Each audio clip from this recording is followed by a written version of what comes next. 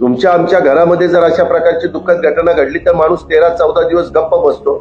महिनाभर गप्प बसला म्हणून बिघडलं कुठं? मित्र हो, अजित पवार यांच्या निधनानं झालेल्या दुःखातून महाराष्ट्र अजूनही सावरलेला नाही. कार्यकर्तेही या दुःखातून बाहेर आलेले नाहीत. राज्य सरकारनं सुद्धा 3 दिवसाचा दुखवटा जाहीर केला. मग या दुखवट्यात फक्त अजित पवार यांचा राष्ट्रवादी पक्ष नव्हता का, की त्यांच्या पक्षाचे काही ठराविक नेते या दुखवट्यात नव्हते? कारण दादांच्या अस्थि विसर्जन करण्याच्या आधीच बारामतीच्याच एका हॉटेलामध्ये राष्ट्रवादीच्या नेत्याची राजकीय खलबत सुरू झाली होती. अजित पवार यांच्या पश्चात पक्षाचं राजकारण कुठल्या दिशेनं न्यायचं, अजितदादांच्या जागेवर उपमुख्यमंत्री कोणाला बसवायचं, आपली खाती आपल्याकडेच कशी ठेवून घ्यायची, असल्या गोष्टीवर राष्ट्रवादीच्या नेत्यांचं विचार मंथन सुरू होतं. खरं तर याला विचार मंथन म्हणू नये. अहो, एकीकडं एवढ्या मोठ्या दुःखाचा डोंगर कोसळलेला असताना अजित पवार यांच्या पुढं मागे जे फिरत होते ना हे नेते, ते राजकारण करीत बसलेले होते. अजितदादांच्या जाण्याचं दुःख त्यांना झालं असेल असं अजिबात वाटत नाही. अहो, घाईघाईनं 3ऱ्याच दिवशी सुनेत्रा पवार यांचा शपथविधी उरकला. या उतावीळपणाचा महाराष्ट्रानं निषेध केला. अजित पवार यांचा विचार पुढे नेण्याच्या बाता मारणारे हे नेते अजितदादांच्याच विचाराच्या विरोधात वागत राहिले, वागत आहेत आणि पुढेही बघतील कदाचित. अजितदादांचा एक जुना व्हिडिओ बघा, व्हायरल झाला. या व्हिडिओनं अनेकांच्या कानाखाली अक्षरशः जाळ काढला. मला तर पहिला राग एवढा आला की आम्ही त्यांना भेटायला गेलो. मला वाटतं दुसऱ्या दिवशी जयंतराव गेले. अस्थि विसर्जन तेपर्यंत झालेलं नव्हतं. मी ज्या दिवशी अंत्यविधी झाला त्या दिवशी जाऊ शकलो नाही. दुसऱ्या दिवशी माझा कुठेतरी कार्यक्रम होता म्हणून 3ऱ्या दिवशी गेलो. अस्थि विसर्जन झालेलं नव्हतं. काय आपण काय अगदी त्या निवडणुकीपासून निवडणूक नाही लागली तर जीव चाललेत काहीचे. काय जनाची नाही मनाची माणुसकीची काय सगळंच कुठं सोडलं का? तुमच्या आमच्या घरामध्ये जर अशा प्रकारची दुःखद घटना घडली तर माणूस 13-14 दिवस गप्प बसतो. महिनाभर गप्प बसला म्हणून बिघडलं कुठं?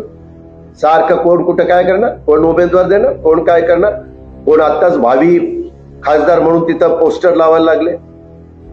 अरे कुठं गुडघ्याला बायशिंग बांधून निघाला.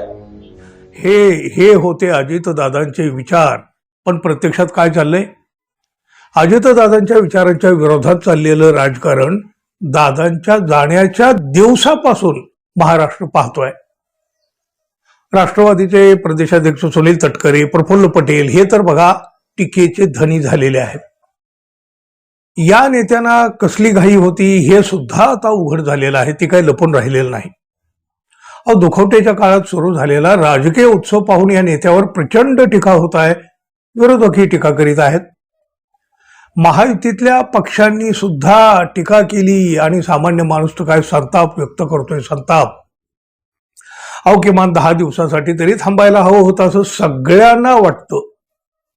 स्वतः अजितदादा सुद्धा म्हणतात ना, 13-14 दिवस माणूस गप्प बसतो.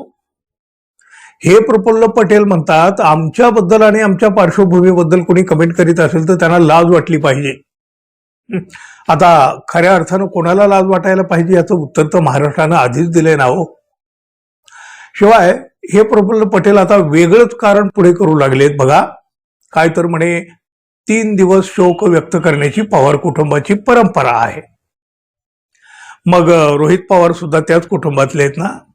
ते पहिल्या दिवसापासून सांगतायत 13 दिवस पूर्ण झाल्याशिवाय राजकारणावर एक शब्द बोलणार नाही. मग हे या प्रफुल्ल पटेल यांना का बरं दिसलं नाही? आता अजित पवार यांचा दशक्रिय विधी होणार नाही, सगळे विधी उरकलेले आहेत असं आता त्यांच्या कुटुंबाकडून सांगितलं गेलंय. आणि हे प्रफुल्ल पटेल आता या सगळ्याच्याच आड दडायला लागलेले आहेत. धार्मिक विधी उरकले म्हणून दुःखाचा डोंगर थोडाच हलका होतो. घरातला माणूस गेल्याचं दुःख 3ऱ्या दिवशी संपतं का हो? पटेल साहेब, महाराष्ट्रातल्या माणसाची मनं एवढी मुरदाड झालेली नाहीत हो. अजितदादांच्या जाण्याचं तुम्हाला किती दुःख झालं हे माहित नाही, पण सामान्य कार्यकर्ते अजूनही या दुःखातून बाहेर आलेले नाहीत. अशी दुःखद घटना घडल्यावर माणूस 13 दिवस घराच्या बाहेर सुद्धा पडत नाही. राजकारण करायचंय करत राहा, म्हणजे करीत आहात सुद्धा तुम्ही, पण किमान दुसऱ्याची तरी लाज काढू नका. अजितदादांच्या विचारांची तरी जपणूक करायला हवी होती. स्वार्थी राजकारणापुढे त्याचं कुणाला काही पाहिलेलं नाही, काही. धार्मिक विधी झाले असतील, पण काळजात साठलेल्या दुःखाचं काय करायचं पटेल साहेब?